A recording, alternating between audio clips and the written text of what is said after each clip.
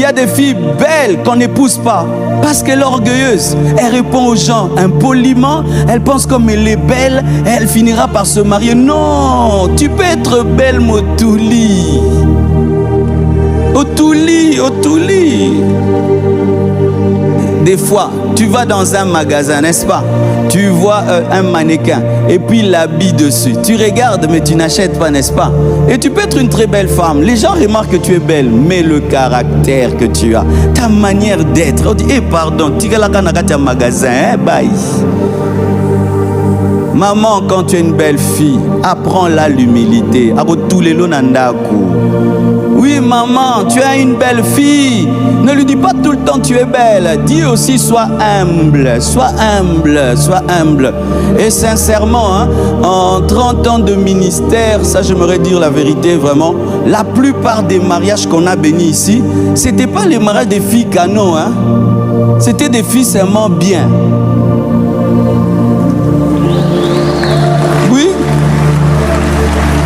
C'était pas des top modèles, hein?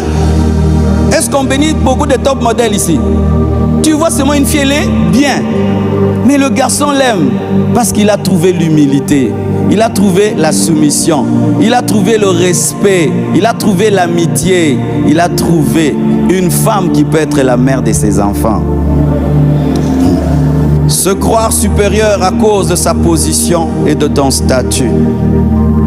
Tu as une position, tu es PDG, tu es ministre, tu es leader, tu es même responsable à l'église, tu es prédicateur, tu es riche et tu penses que tu es supérieur aux autres. Mais ce que tu oublies, c'est que dans la vie, il y a des hauts et des bas. Il y a des hauts et des bas. Amen. Hein? Il y a eu les moboutistes, il y a eu les kabylistes. Il y a des hauts et des bas. Tu vois, quand tu vas dans un bureau, tu vois la chaise là, il y a quelqu'un qui s'était assis dessus. Il n'est plus là, il est parti. Toi aussi, tu partiras. Le bic qui signe ta nomination a toujours de l'encre pour signer ta révocation. Il y a toujours de l'encre. Hier, dans ce pays, il y avait des grands hommes de Dieu. Nous, on était des cafards, tout petits là. Amen. Hein?